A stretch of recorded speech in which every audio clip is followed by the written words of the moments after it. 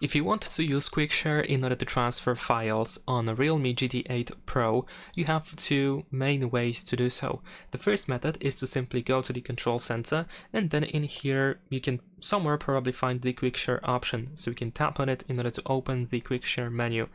Now if you want to send something, then of course you want to choose the send category over here at the bottom. You can tap on select in here in order to choose files that you want to send. And then of course you should be able to search for nearby devices that have QuickShare enabled.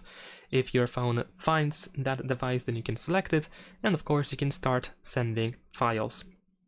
On the other hand, a more convincing, maybe not convincing, but more convenient way that might be helpful to use if you want to use QuickShare is actually to start with the Files app.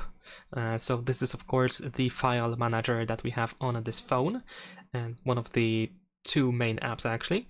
And in here at the bottom we can see that we also have QuickShare button, but instead of using it, first you can, for example, select whatever you want to transfer, and then we can use the share button. And over here we can of course choose QuickShare, so by doing so immediately we have everything selected, everything that we want to transfer.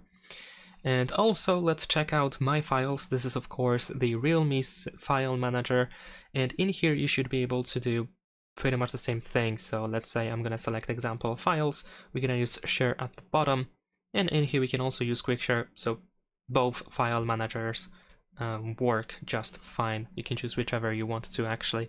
So that is pretty much it. Subscribe to my channel.